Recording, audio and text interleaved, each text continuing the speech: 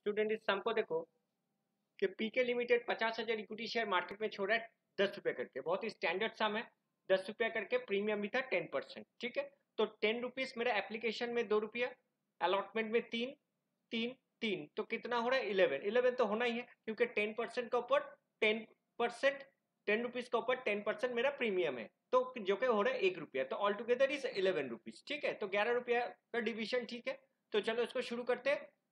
यहाँ पर देखो बोला कि the entire amount of the issue was called up, पूरा के पूरा ही कॉल्ड अप हुआ है, और ऑल मनी सब money are duty received except first call on 300 shares and the final call money of 500 shares। जो 500 जो शेयर्स था इसमें 300 जो पुराना जो है वो इंक्लूड है। ठीक है, तो नया से एक्चुअली 200 शेयर नहीं दे पाए फाइनल कॉल।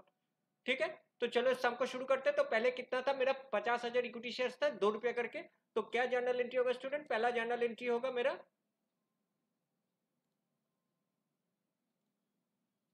देखो हमने यहां पर ऑलरेडी फॉर्मेट किया, तो 50,000 इंटू 2 जो कि मेरा हो रहा है 1,00,000,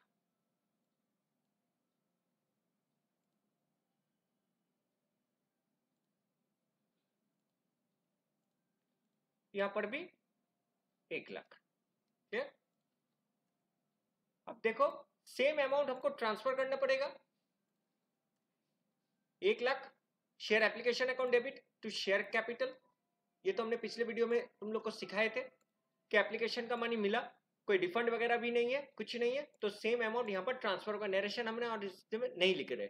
ठीक है, तो इसके बाद होता है शेयर अलॉटमेंट। तो देखो शेयर अलॉटमेंट कितना है, 3 रुपया था, लेकिन इंक्लूडिंग प्रीमियम। तो यहाँ पर एक चीज स्टूडेंट हम लोग को करना है कि इसमें और एक एक्स्ट्रा चीज जुड़ जाएगा कि 2 सिक्योरिटीज प्रीमियम। ठीक है,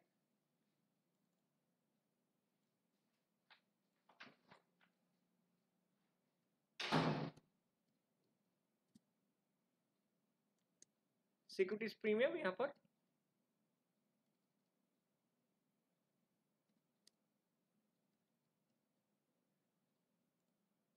सिक्योरिटीज प्रीमियम हो जाएगा। तो कितना होगा? तो सिंपल बात है, 3 में 1 रुपया इंक्लूडिंग है, तो 2 रुपया एक्चुअली अलॉटमेंट मेरा 2 रुपया है, तो यहां पर हम लोग लिखेंगे कितना, वेरी सिंपल, 50,000 इंटू 2, मेरा प्रीमियम कितना है 50,000 इंटू 1, और जो कि अलॉटमेंट में होगा मेरा 50,000 इंटू 3। क्लियर?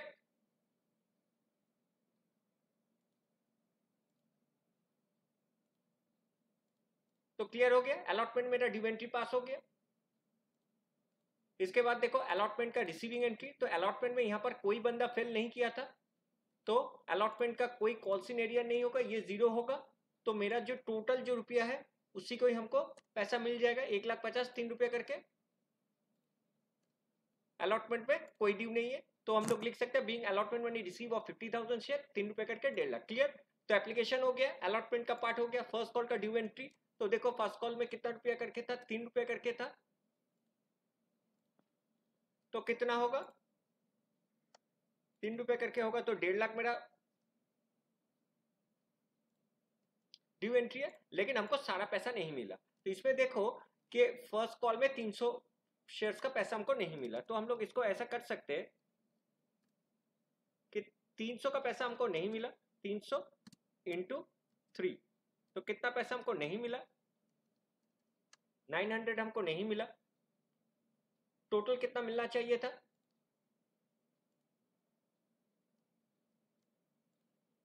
टोटल हमको 1,50,000 मिलना चाहिए था।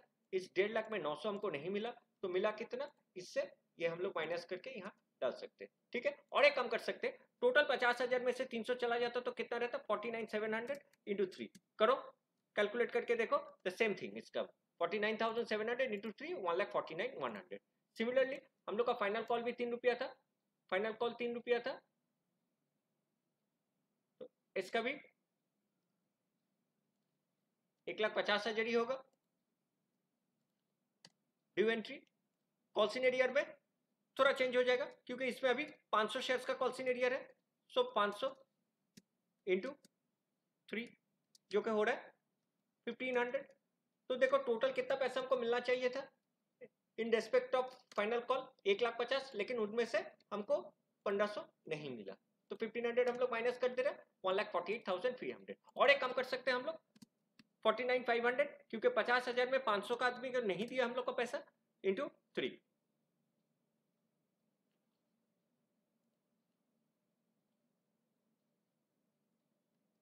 जो कि आ रहा है 1,48,500। तो सारा जर्नल एंट्रीज ऑलमोस्ट सारा साम में सेम ही होता है, ठीक है। तो ऐसे करके हम लोग एक पोजीशन में आ गया, यहां तक एक पार्ट हो गया मेरा। अभी आता है फॉरफीचर, जो कि बहुत ही इंपॉर्टेंट है, फॉरफीचर और री इशू, ठीक है। तो इस फॉरफीचर और री इशू कैसे करेंगे, चलो देखते हैं। तो इसमें देखो टोटल मेरा 500 शेयर्स था, अब दिस शेयर वर फॉरफिटेड, मतलब मेरा 500 शेयर ही फॉरफिट हो गया। तो अच्छे से अभी इसको देखो, ये बहुत ही सिंपल सा है। अब फॉरफिचर में क्या होता है ना, शेयर कैपिटल में देखो हमने लिखा है कि entry for forfeiture number of share forfeiture into called up value. तो मेरा टोटल कितना शेयर फॉरफिट हुआ, तो देखो यहाँ पर मेरा टोटल शेयर जो फॉरफिट हुआ 500 शेयर्स, इसको मल्टीप्लाई कितना करेंगे, कॉल्ड अप वैल्यू कितना था, 10 रुपया था, तो मेरा 5,000 हो गया। Securities premium debit A unpaid if any, देखो यहाँ लिखा हुआ है अनपेड इफ एनी, लेकिन मेरा सिक्योरिटीज प्रीमियम था अलॉटमेंट में, और अलॉटमेंट में मेरा कोई कॉल सिनेरियो नहीं था, मतलब प्रीमियम भी कोई अनपेड नहीं था, तो इसको जीरो कर दे रहा। शेयर अलॉटमेंट में हम देखा कॉल सिनेरियो शेयर अलॉटमेंट में कुछ नहीं है। फर्स्ट कॉल में मेरा कॉल सिनेरियो कितना था 900, और फाइनल कॉल में कितना था 1500। एक्चुअली फर्स्ट कॉल में सिर्फ 300 शेयर्स का ही कॉल सिनेरियो हुआ था, तो हमको यहाँ लिखना है बैलेंसिंग फिगर कितना होगा। देखो यहाँ पर लिखा है हमने बैलेंसिंग फिगर, लेकिन इसको दो मेथड है, दो मेथड ही हम सिखाएंगे। पहले बैलेंसिंग फिगर कर लेते, इससे मेरा ये सारा चीज सब माइनस होता है 2600। इसका बैक कैलकुलेशन भी करेंगे। तो देखो यहाँ पर दो आदमी है, एक के पास 300 शेयर्स था और एक के पास 200 शेयर्स था, तो इसको वर्किंग्स को गॉड देखो 300, और जो 300 शेयर जो होल्ड किया था वो क्या क्या दिया, वो दिया एप्लीकेशन और अलॉटमेंट। तो एप्लीकेशन और अलॉटमेंट मिला के कितना हो रहा है, देखो 2 + 2, ठीक है, क्लियर, प्लस, और जो 200 था वो क्या क्या दिया, ठीक है, वो दिया application plus allotment plus first call, सिर्फ फाइनल कॉल नहीं दे पाया। अब इसको मल्टीप्लाई करो, कितना होता है 2 2 4, मतलब ये 1200 हो रहा है, 1200 प्लस, और इसका देखो 2 2 4 3 7, मतलब 1400। तो 1400 और 1200 मिला के कितना हो रहा है स्टूडेंट, 1400 और 12 मिला के होता है मेरा 2600,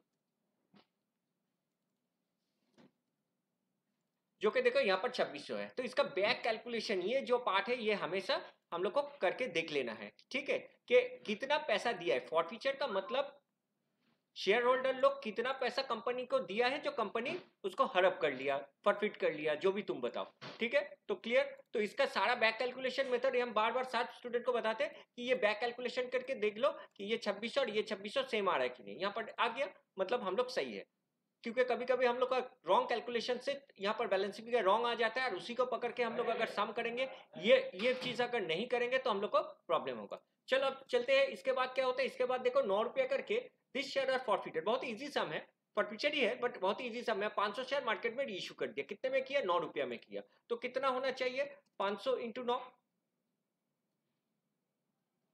4,500। मेरा लॉस कितना हुआ, वेरी सिंपल, 500 × 1 5,500, और मेरा टोटल शेयर कैपिटल 5,000। तो being forfeited share are reissued at the rate of 9 rupees, clear. यहां पर देखो ये जो शेयर है मार्केट में अगर प्रीमियम में इशू हुआ, मतलब प्रॉफिट में हुआ, जो कि इस सम में ये मेरा ये लगेगा नहीं। Last and final generality very simple, तो देखो 2600 रुपया कंपनी हमसे हड़प कर लिया था, और मार्केट में उसी शेयर को देने में 500 रुपया लग गया, तो profit transfer to capital reserve is very simple, 2100 2100। ये कैसे आया ना, 2600 माइनस 500, यहाँ पर आ गया 2000, so being profit transfer to capital reserve is 2100। So student तुम लोग को समझ में आया है होप, ठीक है। तो इस सम को अच्छे से देखो, ये बहुत इजी फॉरफिचर का सम है, क्योंकि इसमें क्या है सारा फॉरफिटेड शेयर ही रीइश्यू हो गया, इसलिए तुम लोग का ज्यादा कुछ प्रॉब्लम नहीं आया, सारा शेयर रीइश्यू हो गया, और यहाँ पर सिर्फ दो ही आदमी था, 300 और 200 सब शेयर ही रीइश्यू हो गया था, ठीक है। कॉल्सिन एरियर भी कुछ प्रॉब्लम नहीं है, ज्यादा कुछ प्रीमियम भी यहाँ पर नहीं था। तो होप स्टूडेंट ये तुम लोग को समझ में आया है। इस सम को अच्छे से देखो, सम को भी थोड़ा कॉपी कर लो, ठीक है, जिसके पास क्वेश्चन नहीं है इस सम्स बहुत ही अच्छा सम्स था, इजी